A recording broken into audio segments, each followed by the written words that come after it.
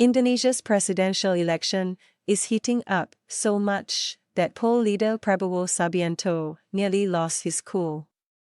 A televised debate between the candidates on defense and international affairs this month turned contentious. But Prabowo's quick temper may not cost him victory.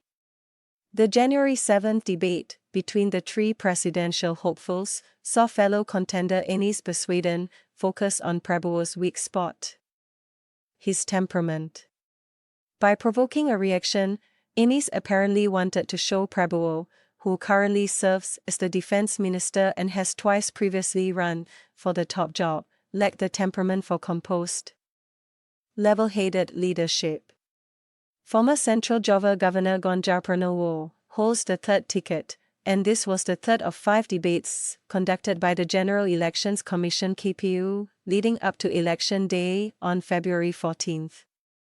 Anies kicked off his opening statement with an attack on Prabowo's track record in cabinet. Anies, the former Jakarta governor, chided Prabowo that the defense ministry has a large budget but couldn't protect its website from a 2023 hack. In a bid to up the ante, and apparently referring to Mirage jet fighters from Qatar, Anies said the ministry that Prabowo leads plans to buy used primary weaponry hardware, but half its troops don't have housing. According to the 2024 state budget, the defense sector is allocated 139.1 trillion rupiah, $9.27 billion, or 5.6% of total central government expenditure. Ganjar piled in. Also questioning the purchase of used jet fighters, which would require 3 years training for Air Force personnel as part of the technology transfer.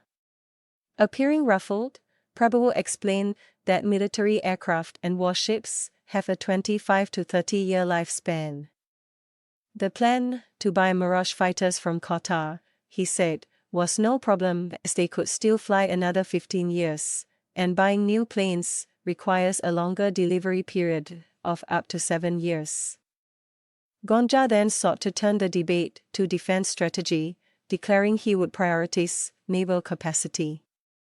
No attack will come overland, as Indonesia is an archipelago. Thus, the sea must be fortified. Ganjar replied to a question from Prabowo on what defense area he would prioritize and how the budget would be increased to satisfy that need. He said the Indonesian Navy has told him it needs sensor technology and sonars to guard the country from seaborne attack. Ganjar pledged to increase the defense budget up to 2% of Indonesia's gross domestic product, up from 0.78% presently. This can be achieved by boosting economic growth from the present 5% to 7%. Ganjar said, allowing domestic defense industries to build tanks, helicopters and submarines, and enhance cyber technology. This back and forth amounted to little more than standard political posturing. The costings rubbery, the commitments vague. But on foreign affairs, one critical question raised was the South China Sea. China's 9-dash line unilaterally claims an expanse of ocean more than 2,000 km from its shores, including overlapping Indonesia's exclusive economic zone. Anies said the issue, which involves claimants from across Southeast Asia, must be settled through a collective mechanism approach with ASEAN, including via the Heads of State Forum. The president asked the diplomatic commander, he stressed, which follows Indonesia's recent chairing of ASEAN. Ganjar, for his part, noted this collective approach is difficult because of the multitude of interests each state brings to the regional organization. No agreement has been reached from the prolonged 20-year talks over a code of conduct relating to the South China Sea, Ganjar pointed out. With the modernization of weapons systems that China is expected to achieve in the coming years, conditions could become more alarming. Ganjar said Indonesia needs a temporary agreement with China to prevent conflict escalation, without elaborating what a provisional deal amounts to.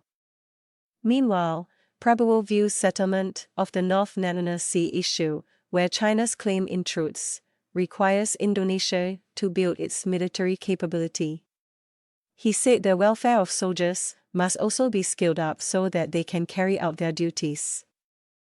The presidential hopefuls would be well served to review the 2024 annual press statement delivered by Foreign Minister Retno Marsudi the day after the debate. It is possibly Retno's last statement before a new foreign minister under a new president succeeds her. She reviewed the achievements and challenges in Indonesia's foreign policy in her 9 years serving as foreign minister to President Joko Widodo, setting a high bar for her successor to reach. Following the 2.5-hour debate, the Jakarta Daily Compass polled by phone 210 respondents throughout Indonesia. It found that Ganja scored an almost 80% approval rating. Anies winning over more than 70%, leaving Prabowo scraping just below 49%. Although hardly a definitive measure, the result was illustrative that Prabowo was on the back foot throughout the debate in an area in which he should be comfortable. Given his past role as a general and present ministerial responsibility, numerous electability surveys report Prabowo scores around 40% in general.